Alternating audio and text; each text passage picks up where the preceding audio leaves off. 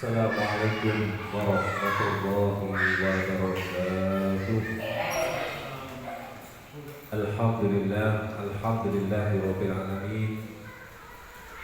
Wassalatu wassalamu ala nabiyyina Muhammadin wa ala alihi wa sahbihi ajma'in.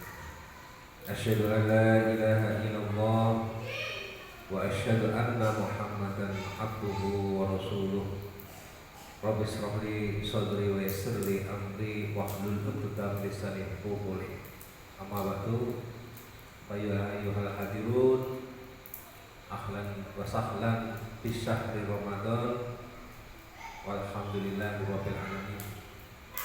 Jadi Bapak-bapak sekalian, kawan sekalian, Allah, patut kiranya kita ketika menjelang bulan Ramadan sudah berdoa. Berkailah di bulan Rajab, bulan Sya'ban, dan temukanlah kita di bulan Ramadan. Dan sekarang kita diizinkan, dikehendaki Allah masuk ke dalam bulan Ramadan. Alhamdulillah. Dan kita juga berdoa agar kita diberikan umur yang berkah, tauhilah, umur yang panjang, dan umur yang manfaat. Amin ya rabbal alamin. Sehingga kita juga berdoa agar dipertemukan bulan Ramadan tahun depan lagi. Jadi kita tetap semangat untuk senantiasa menjalankan ibadah di bulan Ramadan. Jadi di bulan Ramadan ini kita senantiasa meningkatkan amal-amal kita. Jadi kalau di luar bulan Ramadan mungkin amalan-amalan kita, amalan yang fardiyah, yang sunnah, dan keimanan kita secara umum masih 50-60%. Tapi di bulan Ramadan menjadi 100%. Sehingga kita harus jos, harus hebat, sehingga kita bisa benar-benar masuk ke dalam bulan Ramadan ini dengan sepenuh-penuh. Tema kali ini adalah Ramadan berkah dengan syariah. Jadi tema yang menarik yang akan kita bahas pada kesempatan malam hari ini. Ini belum masuk. Yang pertama, Allah Subhanahu wa taala berfirman di dalam surat Al-Baqarah 183 yang sudah kita ketahui bersama. A'udzubillahi minasyaitonirrajim. Bismillahirrahmanirrahim. Ya ayyuhalladzina amanu kutiba alaikumusiyam kama kutiba alal ladzina min qablikum la'allakum tattaqun. Wahai orang yang beriman, kutiba alaikum, telah diwajibkan kalian asyam, berpuasa, kama kutiba alal ladzina min qablikum, sebagaimana orang-orang sebelum kalian. Jadi Nabi Muhammad adalah nabi yang puasanya sebelum umatnya Nabi Muhammad itu puasanya nabi yang terdahulu. Puasanya Nabi Adam itu melakukan puasa tengah bulan 13, 14, 15 selama 1 tahun penuh. Puasanya Nabi. Kemudian puasa Nabi Nuh, dan puasa Nabi Nuh itu puasanya, kalau Nabi Daud kan 1 hari, 1 hari puasa, 1 hari berbuka. Nabi Nuh juga gitu, puasanya selama 1 tahun penuh. Kemudian, ketika di Nabi Muhammad ini tidak puasa 1 tahun penuh, tapi 30 hari atau 1 bulan dimuliakan dengan bulan Ramadan. Tapi untuk mengejar fadilah-fadilahnya Allah memberikan malam lebih baik dari 1000 bulan. Itu untuk mengejar fadilah-fadilah supaya bisa umat Nabi Muhammad ini mempunyai umur amalnya itu seakan-akan sebagaimana umat nabi-nabi terdahulu.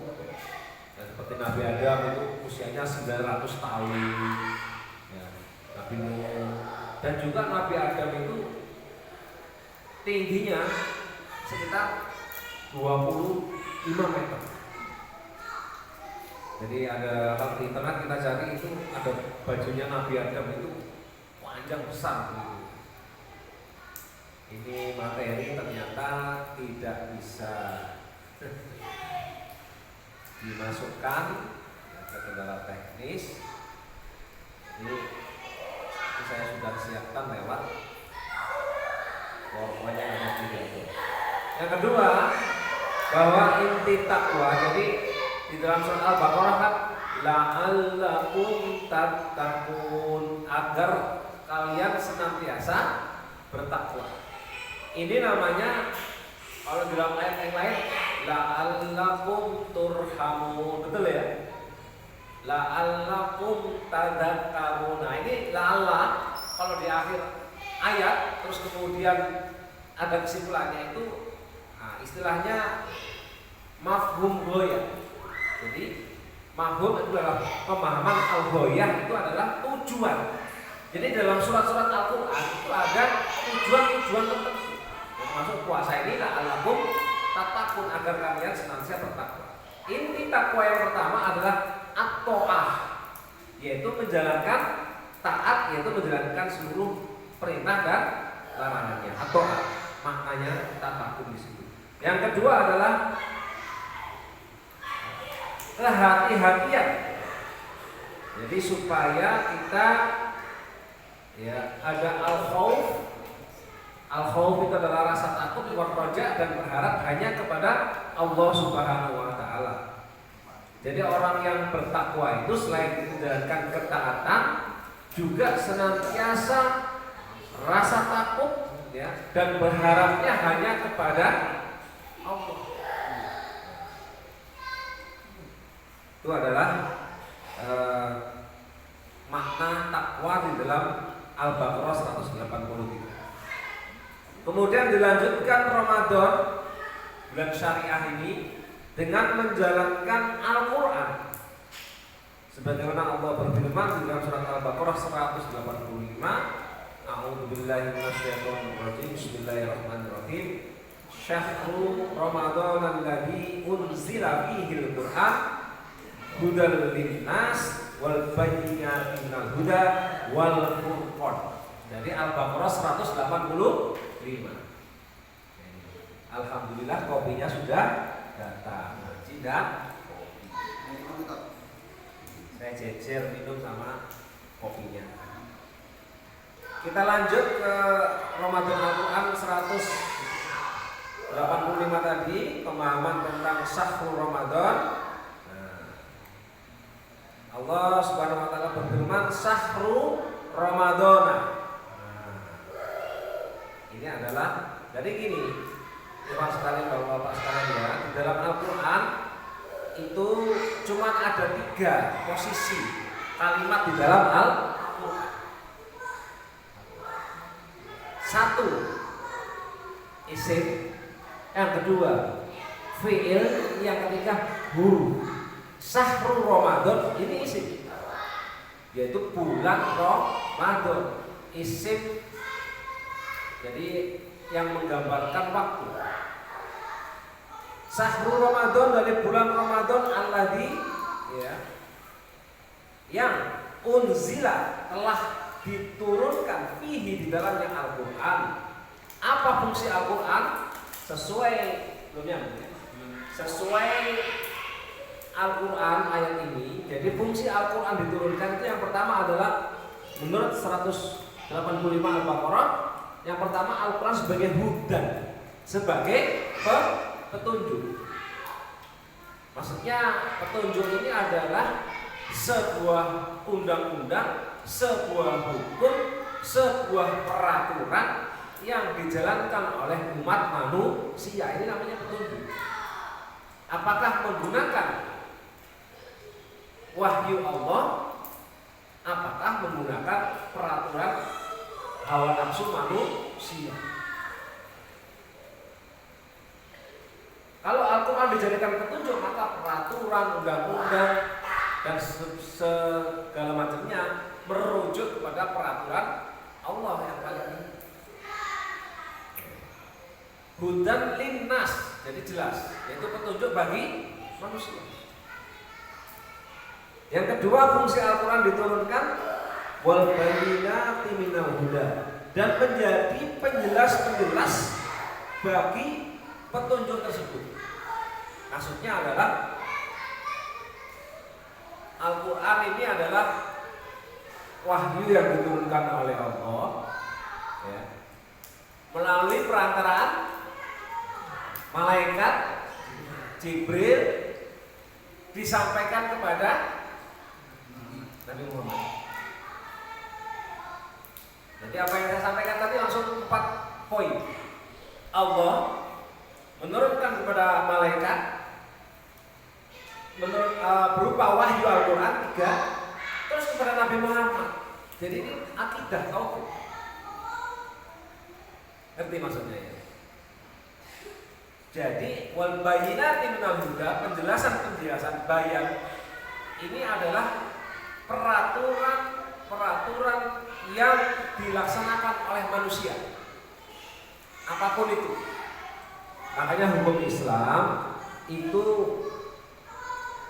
dari bangun tidur sampai tidur lagi ada. Mulai dari bicara tentang bagaimana kita mensucikan diri, kita mandi, ada mandi besar, ada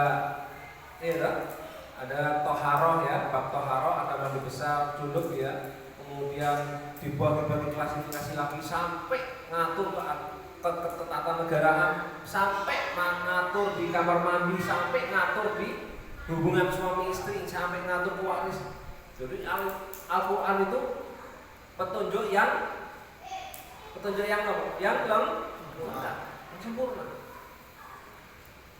Jadi wal bayyinati minal huda, seluruh aturan dijelaskan oleh Al-Quran. Wal furqan, dan sebagai furqan, yaitu pembeda. Dijelaskan menurut tafsir adalah pembeda antara yang hak dengan yang batil. Karena sebagian pemahaman ada yang kita ini kan sesama manusia ini kan semua agama adalah sama. Semua agama itu mengajukan kebaikan. Sama-sama punya Tuhan semua, sama-sama punya kitab suci semua, sama-sama punya utusan sebelum nabi. Sehingga semua agama itu baik, semua agama itu sama. Ismail. Nah, menurut ini Al-Quran membeda. Jadi kalau orang Islam secara akidah tauhid yakin kepada Al-Quran, terus kemudian secara syariat amaliyah menjalankan perintah Al-Quran. Kalau orang kafir kan hanya mempelajari secara akidah tauhid, hanya mempelajari naskah-naskah teks Al-Quran, tapi tidak meyakini. Terus yang aspek kedua secara syariat mereka juga tidak menjalankan. Kalaupun menjalankan tidak mempunyai nilai karena mereka tidak meyakini ketauhidan, kemahaesaan, keberadaan Allah sebagai Sang Maha Pencipta. Kalau menurut orang Barat itu alam semesta ini ya memang sudah tercipta dengan sendiri. Gitu. Ya, jadi perbedaan antara yang hak dengan yang batil itu adalah Al-Quran. Oleh karena itu Ramadan penegakan syariah yang pertama adalah menjadikan Al-Quran dan Sunnah sebagai sumber dari segala sumber hukum di dalam kehidupan dunia dan akhirat. Jadi Al-Quran ini kan sudah sempurna. Al-yauma akmaltu lakum, dinakum telah aku sempurnakan. Sudah pertama. Yang kedua, di dalam Al-Quran itu mengatur seluruh aspek kehidupan, dan Al-Quran mempunyai sifat adalah al-khututut aridun, artinya mempunyai hukum-hukum global tentang permasalahan kehidupan. Sehingga ketika tidak ada hukum, misalkan Al-Quran tidak menyebut hukum tersebut, tidak ada teks secara langsung, maka diperbolehkan yang namanya ijtihad. Itu memecahkan permasalahan yang ada sesuai dengan korina atau indikasi petunjuk-petunjuk dalil dari Al-Quran dan As-Sunnah. Yang kedua, menjadikan Al-Quran sebagai pedoman hidup, sebagai the way of life.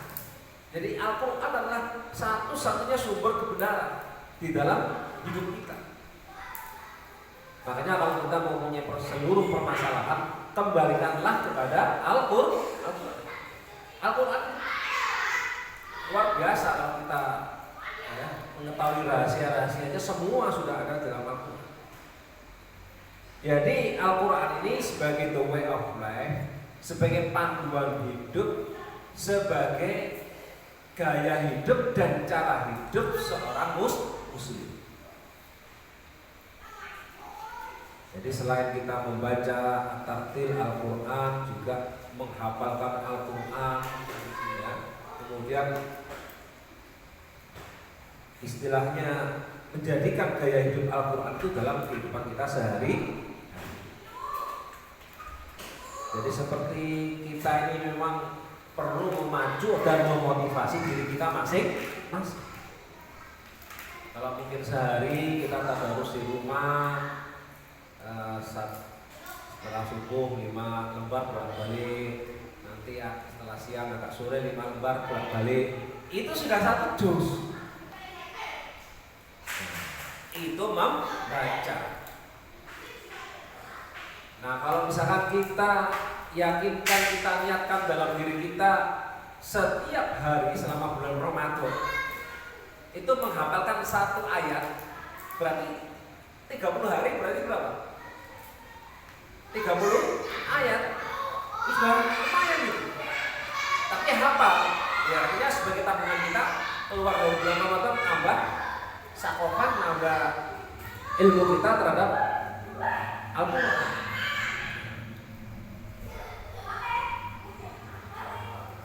Yang berikutnya, membumikan Quran itu bukan hanya memperbanyak khatam Al-Quran.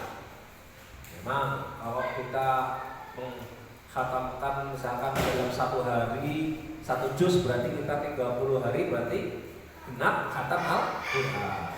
Itu yang level-level biasa ya. Nah, yang kemudian 1 bulan itu 15 hari 2 kali khatam. Tapi para ulama mujtahidin, ulama salaf as-sholeh luar biasa. Sehari khatam Al-Quran. Jadi setelah sholat fardu, karena memang hidupnya hidup ibadah, nah kan seperti Imam Syafi'i bisa sampai 2 kali. Jadi otaknya, benak otaknya ini kayak super komputer. Jadi mau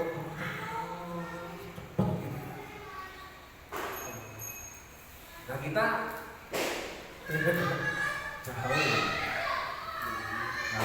kita jauh dari beliau-beliau. Nah, makanya kita istitoah kita, kemampuan kita ya sesuaikan dengan kemampuan kita yang paling maksimal. Tetapi tidak hanya membaca Al-Quran, mengkhatamkan Quran, yang menghafalkan Quran, tetapi juga yang paling penting dari yang penting adalah menyiapkan institusi yang menegakkan Al-Quran, institusi yang menegakkan syariat Islam. Jadi kalau di dalam ini belum sampai materi yang berikutnya. Jadi di dalam Islam itu ada 3 level pelaksanaan hukum Islam. Ya, ironinya ya di bulan Ramadan. Ramadan tempat maksiat ditutup, kemudian artis-artis berbusana muslim, acara TV religius, Ramadan masjid penuh, jamaah Isya subuh, tetapi berlalu semua kembali seperti semula. Tetapi walaupun seperti itu, ternyata di bulan Ramadan ini kita juga bisa melihat ironi-ironinya. Warung-warung masih bebas. Saya pernah Pak, sebenarnya kalau ada warung buka itu pingin apa Pak? Pingin apa? Kalau kita pakai pendekatan amar ma'ruf nahi munkar jihad kita, pengen?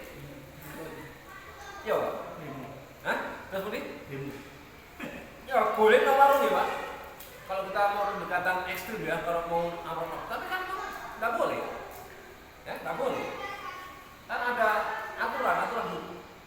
Kalau di dalam syariat Islam jelas seluruh warung tutup, kecuali memang apa itu yang untuk jual beli bahan-bahan itu masih boleh. Tapi warungnya ini harus tutup.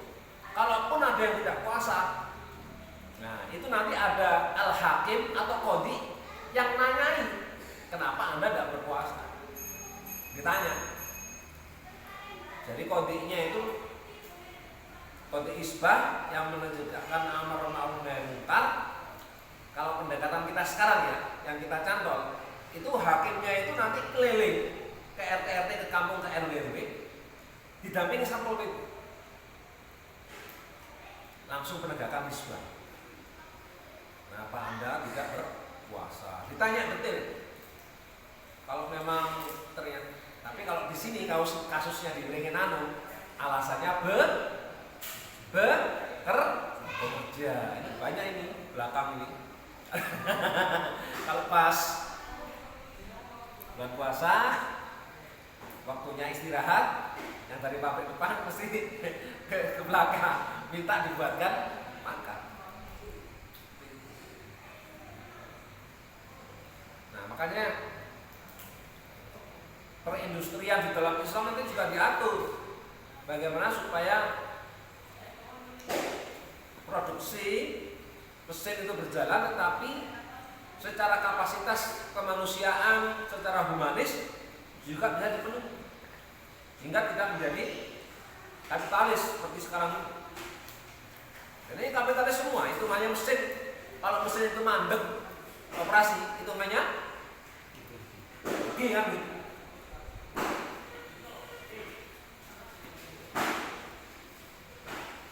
Oleh karena itu amar ma'ruf nahi munkar itu ada 3 level pelaksanaan hukum.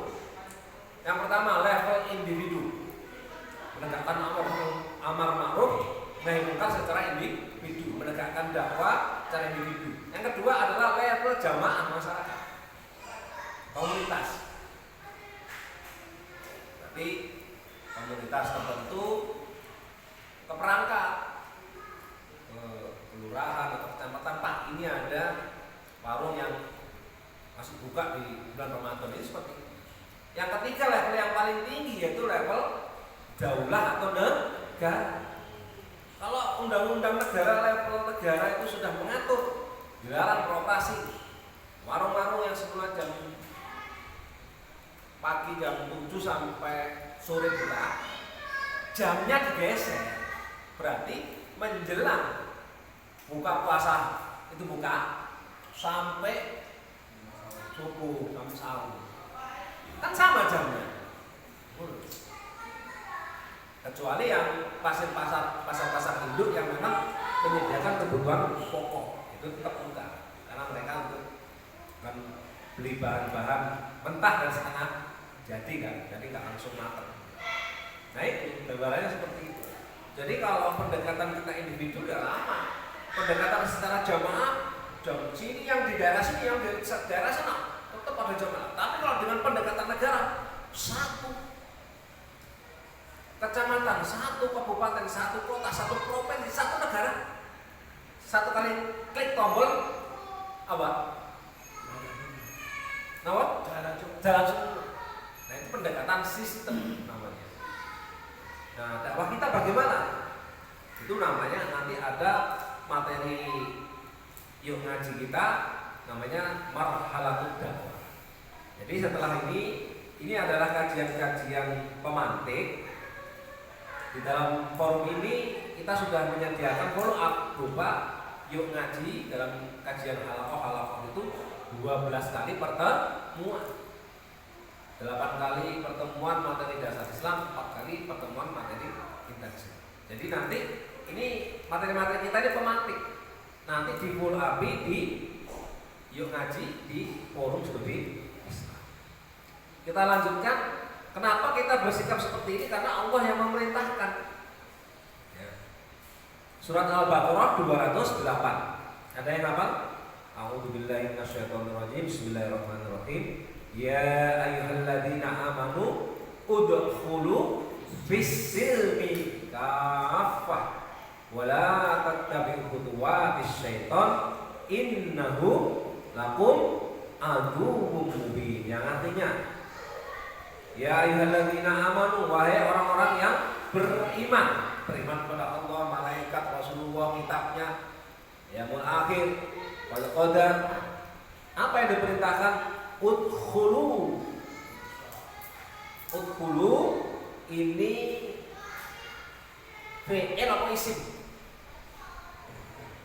Fi'il apa isim udkhulu? Dakhala yadkhulu, dukhulan. Dakhala yadkhulu dukhulan. Madkhulan bahwa dakhilun. Apa Pak? Tasrif itu fi'il apa isim Pak? Fi'il, kata kerja. Tapi di situ udkhulu, jadi perintah fi'il yang berbentuk amr, yang berbentuk kata kerja yang berbentuk perintah. Dan sifatnya di sini adalah perintahnya bersifat jamaah atau keseluruhan. Udkhulu, masuklah kalian semuanya. Semua orang Islam. Fisilmi, ke dalam Islam kafah. Secara kafah. Menyeluruh. Ada lagi totalitas. Bahasa yang agak aneh. Secara integral, secara komprehensif, bahasa aneh Pak. Secara menyeluruh tadi sudah, totalitas sudah. Terus apa benar Pak? Secara universal Pak. Jadi ini satu kafah ini kalau kita terjemahkan satu kata tapi bisa mempunyai arti-arti yang begitu luas. Terus yang pertama bersifat perintah, udkhulu, masuklah. Yang kedua wala tatabi'u khutuwatis syaitan, bersifat larangan. Dan janganlah kalian mengikuti langkah-langkah syaitan, sesungguhnya syaitan itu adalah musuh yang sangat nyata.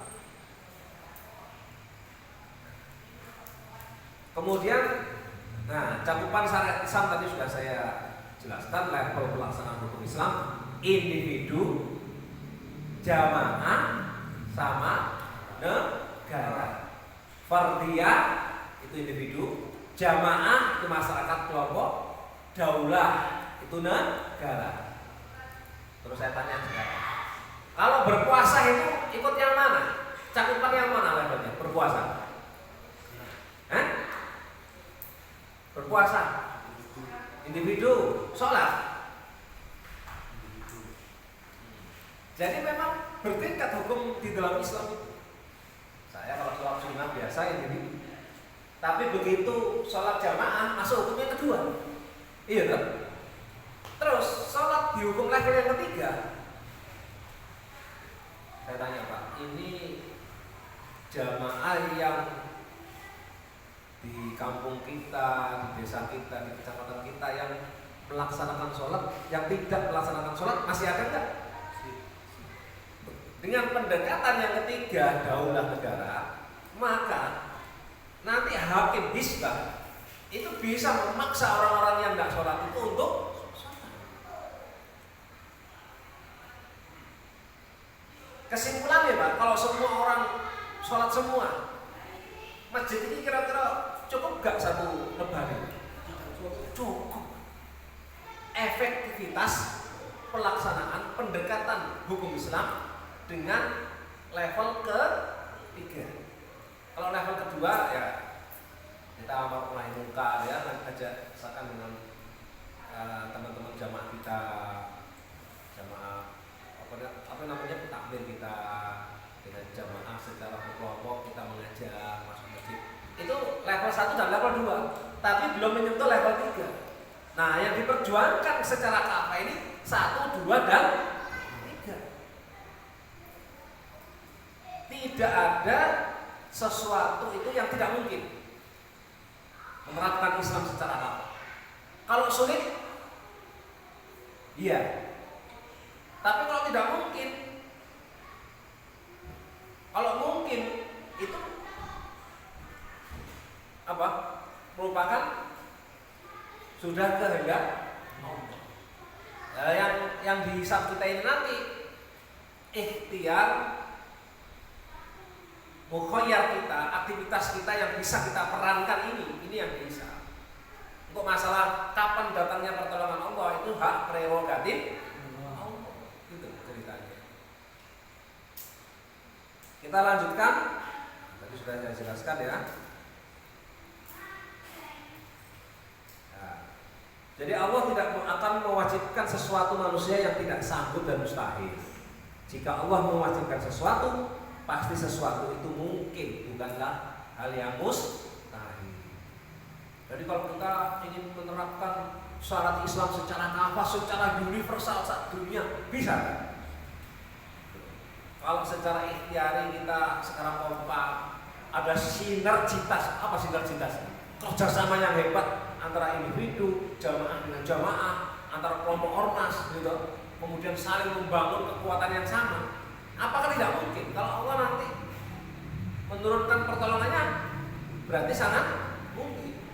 Karena kita secara tabiat manusia itu memang umat Islam itu mempunyai karakter yang tidak mudah putus asa, mempunyai motivasi yang tinggi, dan mempunyai thinking positif. Jadi berpikir secara positif. Nah, kalau kita ini kalau pikirannya positif, thinkingnya negatif semua, lemes Pak, nggak bisa semangat kita berjuang, kemudian beribadah, baik untuk diri kita, keluarga, dan seterusnya. Oleh karena itu, untuk melaksanakan kewajiban Islam secara kafah, secara totalitas, itu ada hambatan-hambatan. Ya, sebagaimana dulu Nabi hijrah dari Mekah ke Madinah, hambatannya besar kok kecil? Luar biasa. Kalau bukan beliau yang dekat, rasanya lain.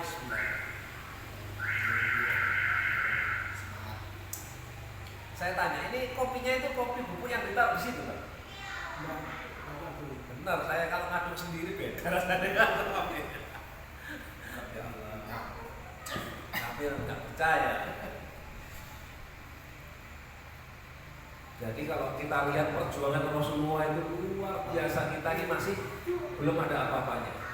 Rasulullah hijrah dari, saya tanya ya, dari Mekah ke Madinah naik apa?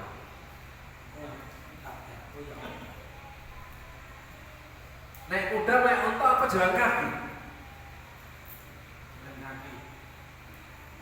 Tahu jaraknya Mekah sama Madinah?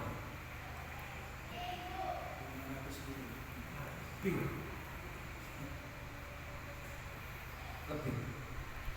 Jadi kemarin saya hitung di belakang itu 900 km. Kalau Surabaya Jakarta 600 700. Itu berarti Madinah, Mekah ke Madinah itu 900.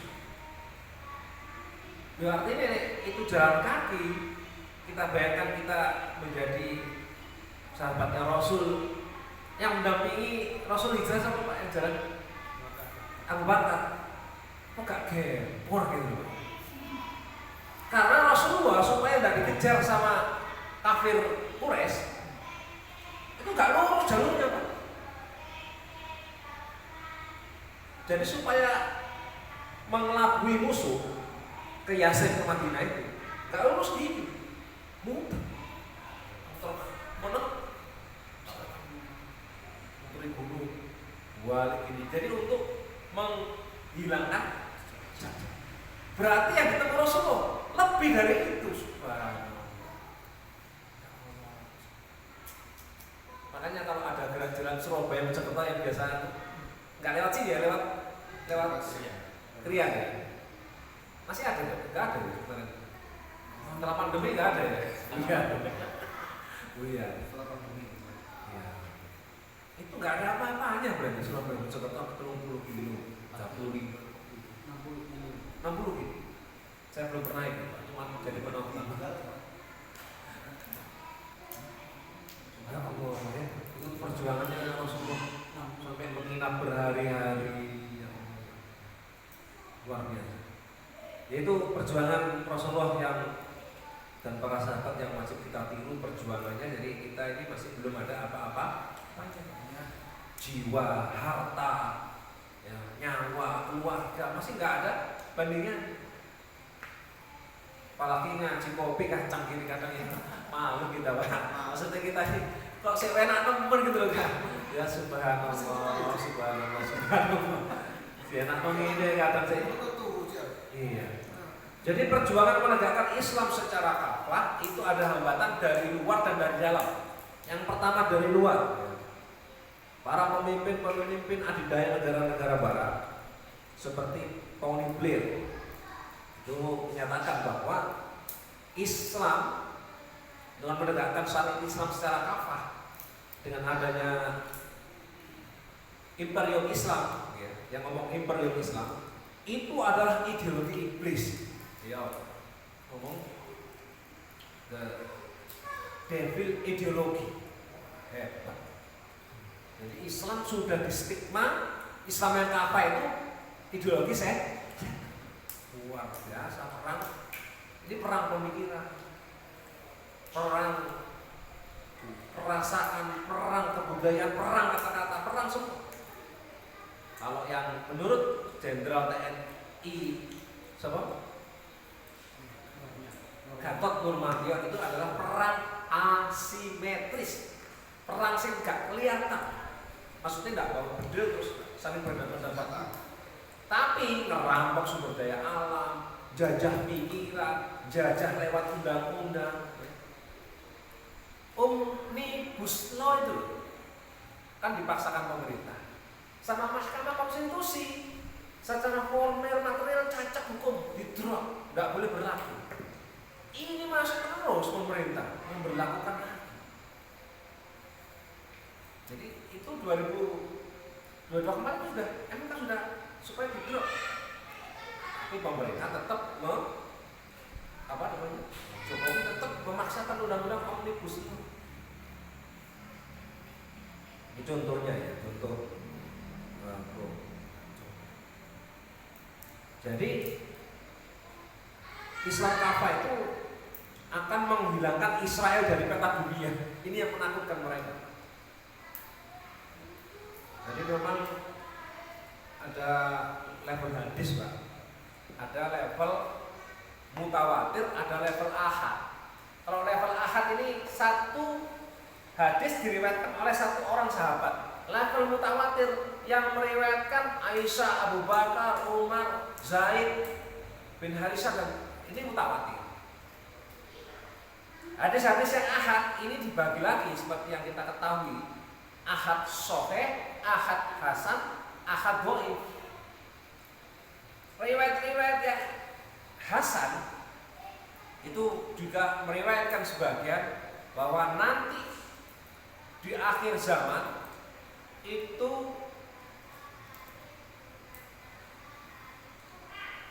Palestina atau Baitul Maqdis itu akan dipenuhi oleh pasukan kaum muslimin.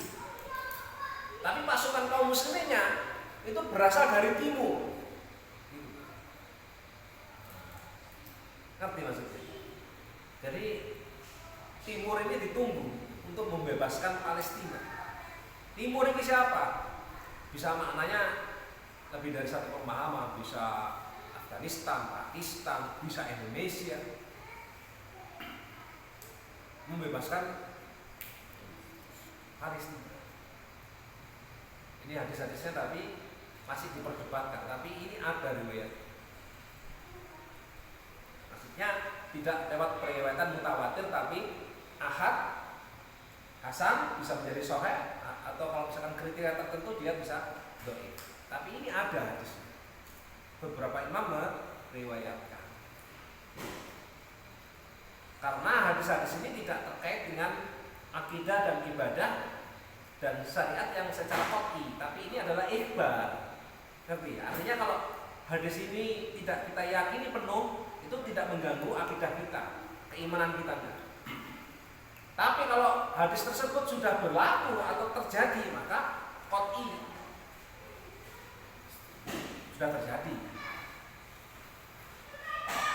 Maksudnya ada hadis gini, Pak. Jadi pada Rasulullah ditanya oleh para sahabatnya, ayun mati nanti tuftahul awal al-Konstaniyah al-Rumiyah. Wahai Rasulullah, kota mana yang akan ditaklukkan terlebih dahulu? Konstantinopel, Romawi Timur, yaitu sekarang adalah Turki, atau Ar-Rumiyah atau Romawi Barat yang sekarang di Itali, negara apa namanya? Apa? Itu loh yang ada apa namanya? Pausnya itu loh, Vatikan.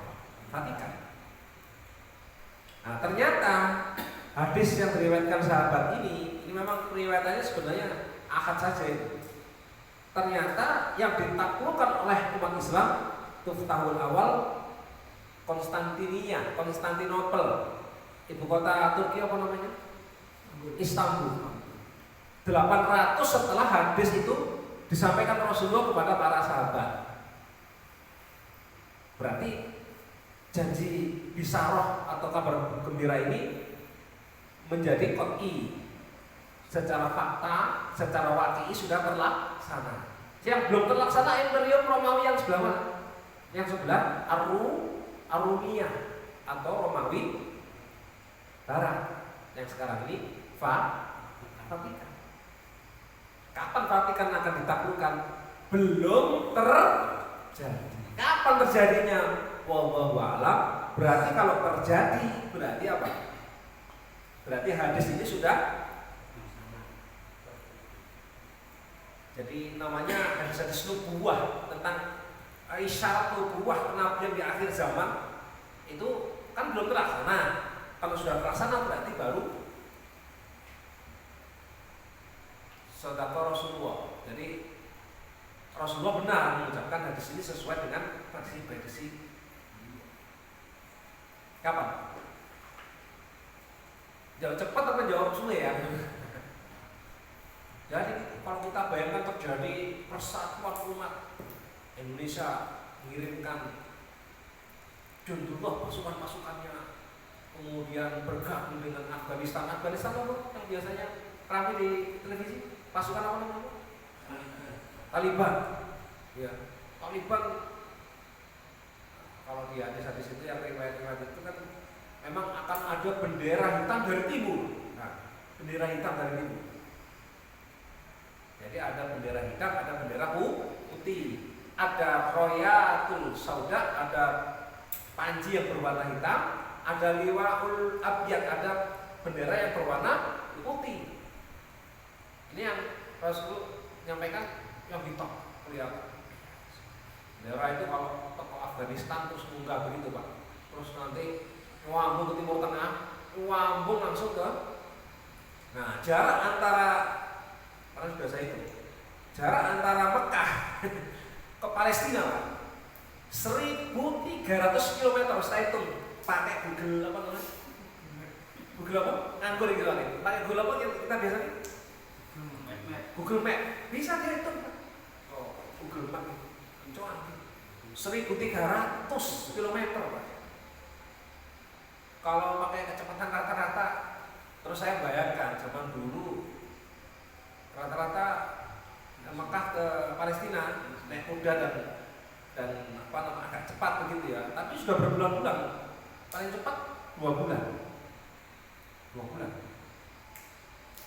Perjalanan apa namanya untuk perdagangan itu. Biasanya Rasulullah sama Khadijah kan disuruh untuk dagang, ambil di pulaan di mana? Di Romawi, di Sam sana, karena ramai memang di Baitul Maqdis itu. Kota lama dan semuanya ada. Nah, dikulah dibawa ke mana? Mekah. Di Mekah itu kan ada Ka'bah. Ka'bah itu kan pada masa jahiliyah kan disembah sama orang-orang jahiliyah di luar Arab juga, di luar Mekah dan Madinah. Banyak itu yang datang. Di situ ketemu sama pedagang-pedagang dari Iran, Irak, dari Yaman, dari mana? Dijual lagi kulaannya ke Mekah gitu. Jadi dagangnya orang dulu. Nah, itu kalau terus ini di luar konteks ini 1.300 Mekah dan Palestina. Sahabat pernah kayak Quran itu. Loh, kami sudah melaksanakan ketika datang ngobrol-ngobrol orang Baitul Maqdis Palestina terus datang ke Mekah itu, kami sudah melaksanakan hari raya kita itu kemarin dulu mendahului Mekah. Karena waktu itu 1.300. Kalau kuda Pak dengan kecepatan yang tinggi dan konstan berapa kilometer per jam? 50-60. Terus dibagi 1.300 itu ketemu berapa jam? Kemarin sudah kayak hitung juga, ketemu berapa hari ya kemarin itu. Jadi udah nih. Nah, makanya zaman dulu itu juga ada cerita siro-siro yang nyampe kepada kita untuk mensiarkan bahwa Lebani ini ya, misalkan Lebani sini ya, sudah melihat hilal, itu lewat nembak lewat meriam, tanda bahwa sudah melihat hilal.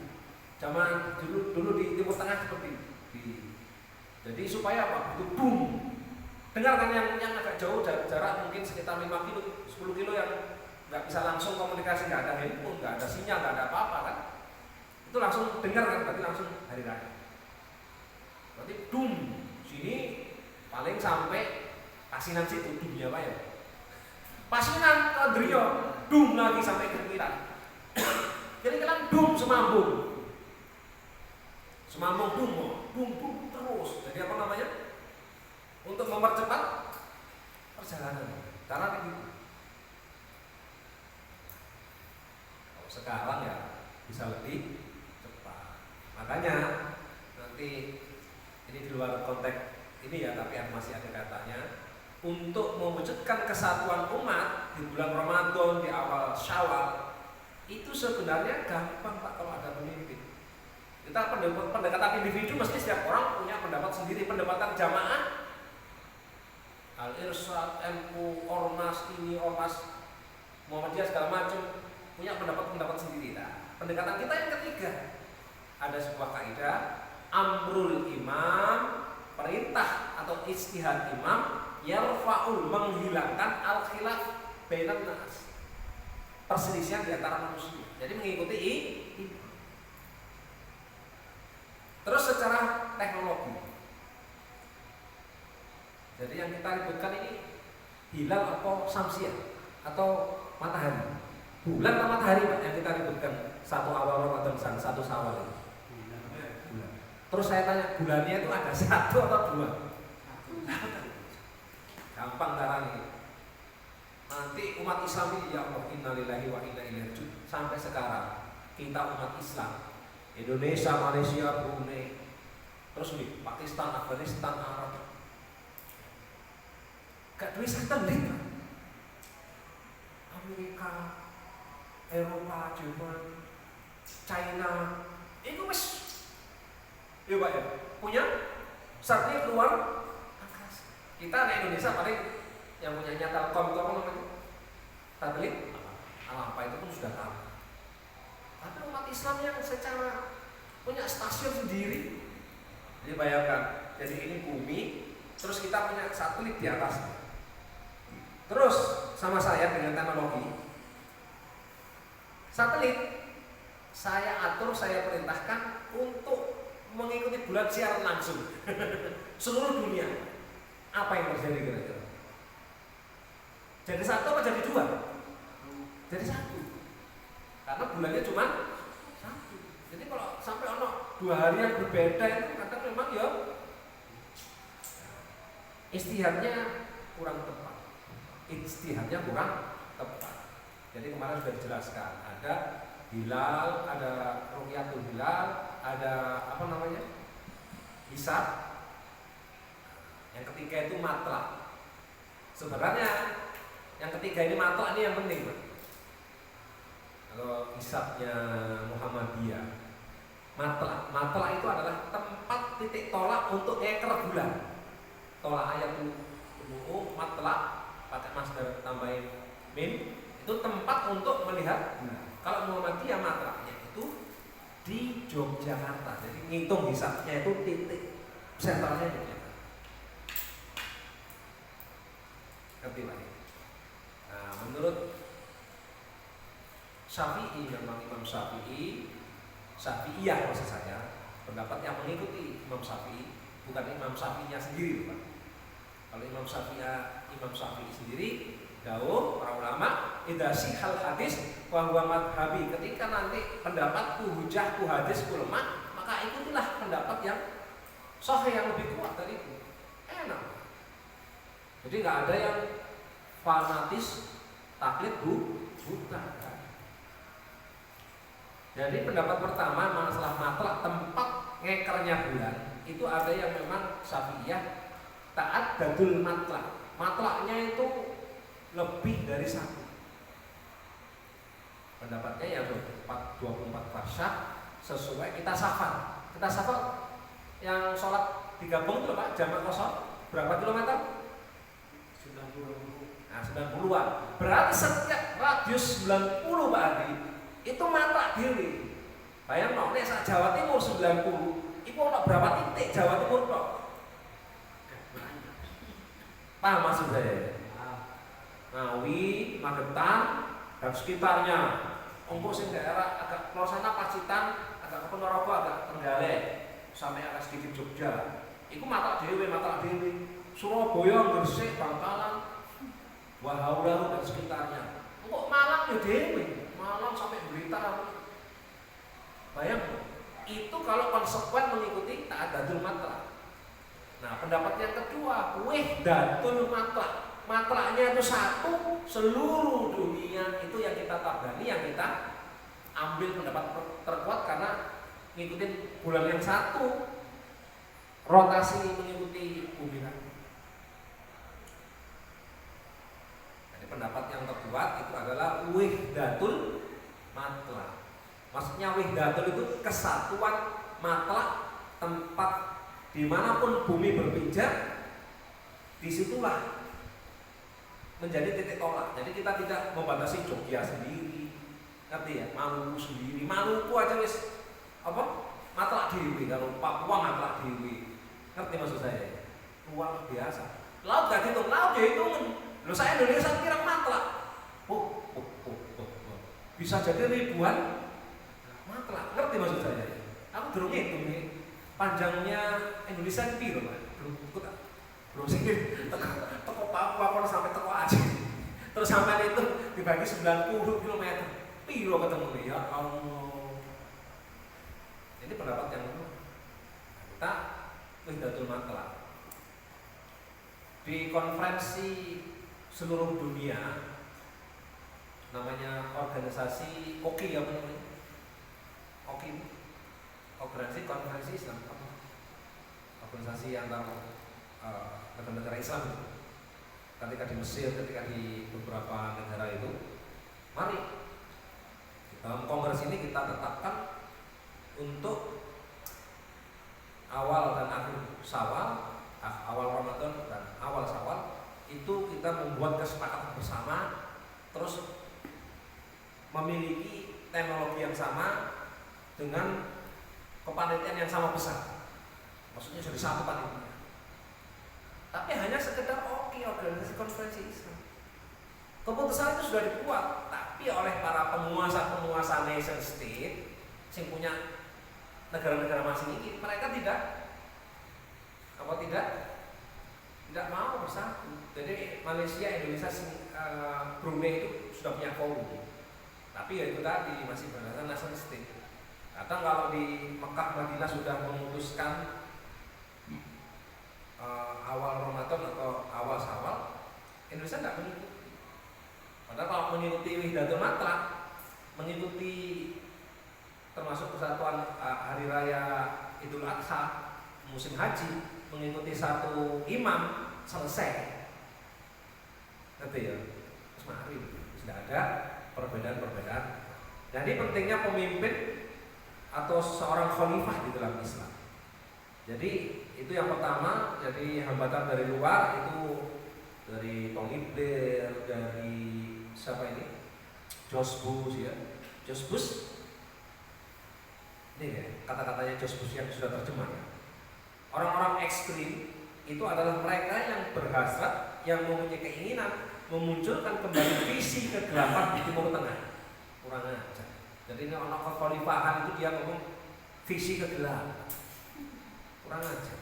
Kemudian dengan kembali mendirikan khilafah yang keras dan radikal, yang membentang antara Spanyol hingga Indonesia, Spanyol sampai Indonesia. Ini George Bush. Kemudian Jenderal Abizet, John Abizet, pasukan Panglima Komandan Amerika di Timur Tengah. Mereka umat Islam berusaha menegakkan kembali khilafah untuk seluruh dunia Islam. Berarti informasinya. Nah, ini hambatan dari luar. Untuk pemimpin-pemimpin dunia tahu posisi-posisi. Terus kemudian hambatan dari dalam adalah dalam umat Islam secara internal ini kita diberikan politik, namanya politik belah bambu. Bahasanya VOC dulu, divide impera. Satu ormas diberikan fasilitas, diberikan bantuan, junjung Pak. Krek ini kan, satunya dijek. Politik belah bambu. Yang sering Istana Sosial ini kalau di rumah sering ketemu bambu ini. Itu yang depan rumahnya jenengan itu bambunya sudah hilang semua. Sisi lorot lu, mana saya kecil. Ya Allah. Jadi politik belah bambu. Satunya diberikan fasilitas, satunya jadi seperti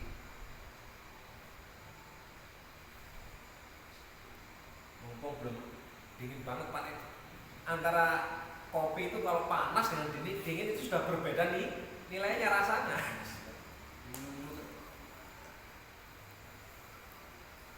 Jadi waktu Habib Rizik Syihab ini persis seperti panglima-panglima pahlawan-pahlawan kita. Jadi begitu Habib Rizik ini dikejar, Habib Rizik lari ke mana? Ke Mekah kan? Itu ketika di Mekah itu kan diteror, termasuk teror, kemudian juga diberikan iming-iming bojo supaya tidak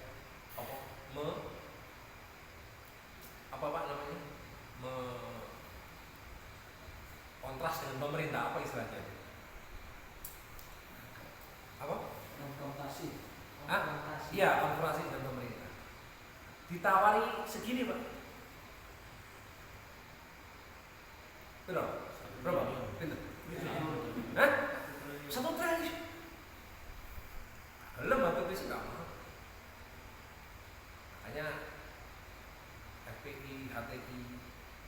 Kenapa kok ini dia apa namanya Pak? Apa? Pokoknya disikat habis.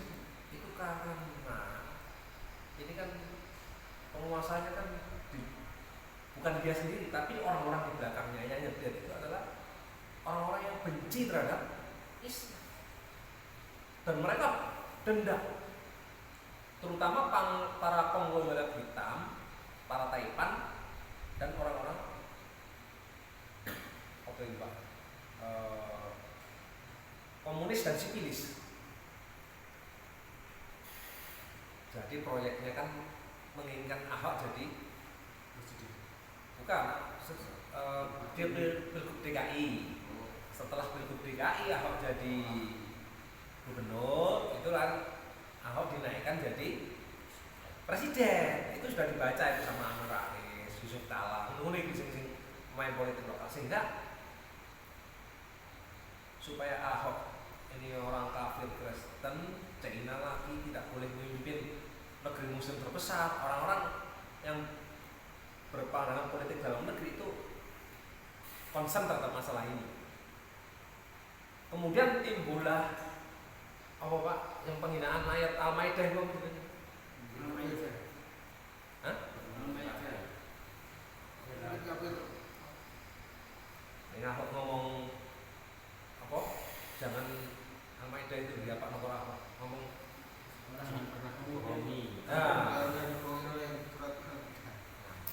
itulah itu menjadi titik poin. Kemudian di situ ada gerakan aksi bela Islam ABI.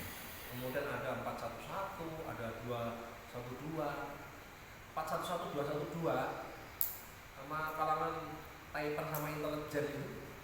Ini inti dari intinya gerakan ini dari siapa? Ketemulah SREP, FPI, Habib Rizki. Ngerti maksud saya? SREP ketemu di hati. SREP. Ngerti maksud saya? Kemudian inilah kemudian dijadikan target untuk ke depan, berarti supaya gerakan ini gak membesar lagi. Ini harus bonsai istilah mereka. Harus dimati. Kemudian terjadilah yang terjadi, pencabutan PHP, kemudian pembubaran atau pencabutan badan hukum FPI, dan terjadi sampai sekarang. Mereka balas dendam karena Taipan itu sudah mengorder Ahok untuk dijadikan pilgub dan pilpres. Itu bencinya setengah mati. Terus Partai Merah yang sebelah sana, wah tambah ngompol. Mereka berkolaborasi terus kemudian. Jadi harapannya setelah dua ini ditiadakan, maka umat Islam sudah tidak ada lagi kesadaran untuk persatuan umat. Itu contoh kasus. Jadi kita ini dipecah belah dari dulu. Jadi dari luar seperti itu, dari dalam dipecah belah, satu ormas dinaikkan, satu ormas ditekan. Ini terus bagaimana? Yang terakhir ya, jaminan belum sampai jam 10 alhamdulillah. Sebenarnya ngajinya enak pakai ini, pakai Al-Quran ya. A'udzubillahi minasyaitonirrajim. Bismillahirrahmanirrahim. Solusinya surat An-Nur 55. Wa'adallahu alladziina aamanu minkum wa 'amilus shaalihati la yastakhlifannahum fil ardi kama istakhlafal ladziina min qablihim wa la yumakkinanna lahum dinahum alladzi irtada lahum wa la yubaddilannahum min ba'di khawfihim amna ya'budunani la yusyrikuna bi syai'a wa man kafara ba'da dzalika fa ulaika humul fasiqun. Yang artinya wa'ada, dan Allah telah berjanji. Ini fi'il madi. Wa'ada, Allah telah berjanji. Apa yang telah dijanjikan? Alladzina, yaitu kepada orang-orang amanu yang mereka beriman. Beriman kepada Allah, beriman kepada Rasulullah, beriman kepada kitabnya, beriman kepada hari akhir. Minkum, di antara kalian. Berarti ini Allah benar-benar menjanjikan kepada orang beriman itu Tapi tidak semuanya. Allah kalimatnya di sini minkum, sebagian dari kalian. Apa yang dijanjikan? Yang pertama, wa amilus sholihat, amala ya'mal. Ini fi'il atau isim? Fi'il, artinya kerja, kita disuruh aktivitas terus, amal soleh. Fi'il. Amilus yang sholihat, yang penuh dengan kebaikan. Jadi berinfak, bersedekah, berbuat baik kepada orang lain tanpa mengenal waktu, Pak, terhadap diri sendiri, terhadap keluarga. Ini aneh. Kata aneh, mana amal soleh kami itu berbuat baik kepada keluarga kita, kepada tetangga, kepada orang tua, kepada orang yang kita kenal. Jadi yang pertama amal soleh. Kenapa dengan berbuat amal soleh, berbuat baik tanpa mengenal waktu? La yastakhlifannahum. Diartikan ini ada lam, kemudian ada yastakhlif. Ya. Kemudian Allah menjanjikan kepada mereka akan memberikan mereka menjadi pemimpin. Nah, yastakhlifannahum, jadi ada kata-kata khulafa, artinya orang-orang yang setelahnya. Artinya diterjemahkan orang-orang yang memimpin, orang-orang yang berkuasa, begitu. La yastakhlifannahum. Niscaya pasti dengan amal soleh tersebut akan diberikan kekuasaan, diberikan kekhilafahan, begitu maksud. Fil ardi, di muka bumi, kamastakhlafa, sebagaimana kekuasaan istakhlaf. Jadi istakhlaf itu adalah orang-orang yang meneruskan di belakangnya. Makanya ketika Rasulullah itu adalah pemimpin apa? Pemimpin apa? Pemimpin bagi pribadi, Rasulullah pemimpin bagi keluarga, dan pemimpin umat. Artinya pemimpin masyarakat. Itu pemimpin negara maksudnya. Setelah Rasulullah wafat, kata hadis, wasataqulu khulafa'u min ba'di, dan akan banyak al-khulafa'u min ba'di, katanya Rasul. Itu barang khalifah sesudah. Siapa pengganti Rasulullah? Sayyidina Abu Bakar. Itu khalifah. Kemudian Abu Bakar itu, para sejarawan di dalam sirah menyebut Abu Bakar itu orang-orang setelah Rasulullah wafat, ya khalifatul Rasul, wahai pengganti Rasulullah, maksudnya begitu.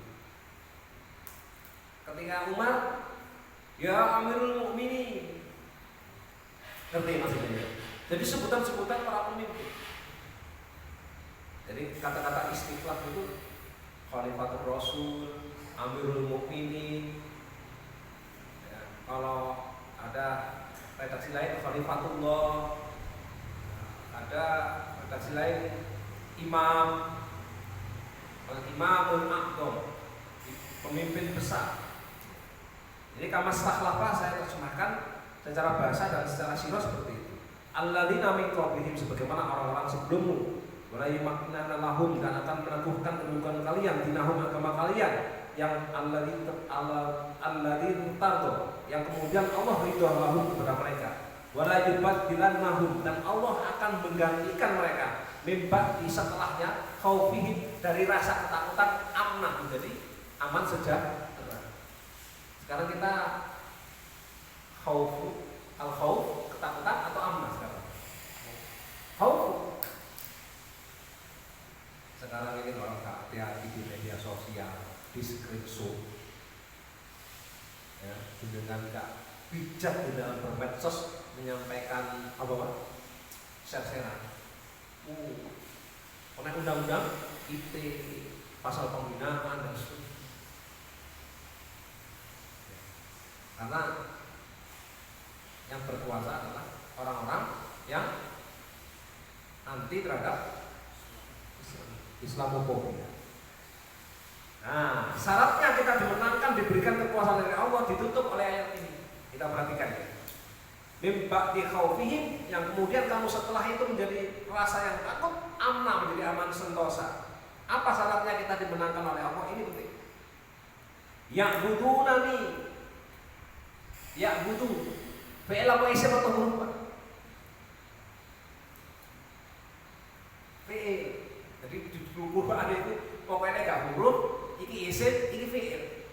Ya'budu, dan mereka senantiasa beribadah terus-menerus fi'il mudhari. Sekarang dan sampai seterusnya. Kepadaku. Pertama ya'budu. Yang kedua, la yusrikuna bi syai'an. Dilarang melakukan kesyirikan. Beribadah tauhidnya tinggi. Yang kedua, dilarang melakukan kesyirikan. Syirik besar, syirik kecil, ya. Kemudian syirik amal, syirik terhadap al-madiyah, terhadap harta dan seterusnya. Ini dua perintahnya. Kemudian ditutup wa man kafara ba'da dzalika, dan barang siapa yang kemudian kafir atau mengingkari perintah Allah setelah ini, maka mereka adalah orang-orang yang fasik, mengerti tapi mereka melanggar dari aturan-aturan Allah Subhanahu wa taala. Monggo setelah ini saya buka tanya jawab, silakan. Kalau ada yang perlu disampaikan.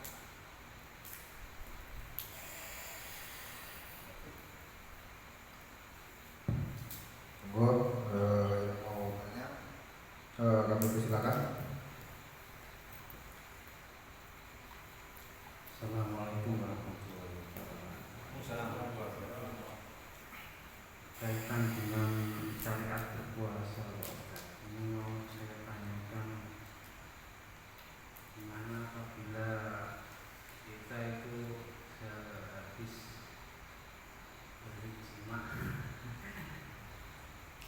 terus capean kan, terus tiduran ya, bangunnya itu agak mau mepet imsak gitu ya. Ini yang harus dilakukan dulu itu sahur apa junub dulu ya Pak? Mandi junub dulu apa sahur dulu? Itu aja Pak. Demikian pertanyaan saya. Wassalamualaikum warahmatullahi wabarakatuh. Jadi jimat tidak membatalkan puasa. Jadi ya segera untuk melaksanakan sahur. Jadi cepat sahur, makan. Setelah itu kalau azan subuh ya segera mandi junub untuk mandi besar. Jadi kan batasnya itu kan kalau makhluk kita sekarang kan subuh itu. Kalau sebelum subuh berarti nggak apa-apa kita melakukan. Itu kan belum waktu imsak, untuk imsakan menahan, termasuk asyam saum itu juga menahan dari segala sesuatu fisik yang tidak diperbolehkan, dan tidak hanya sekedar puasa fisik, tidak hanya puasa nahan nafsu, nahan batin gitu yang penting. Substansi itu kan fisik tadi. Demikian jawabannya.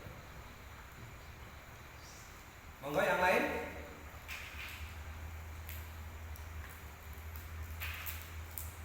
Sudah jelas belum tadi?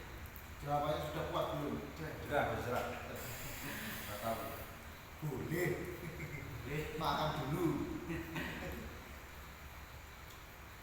Monggo yang lain. Cukup.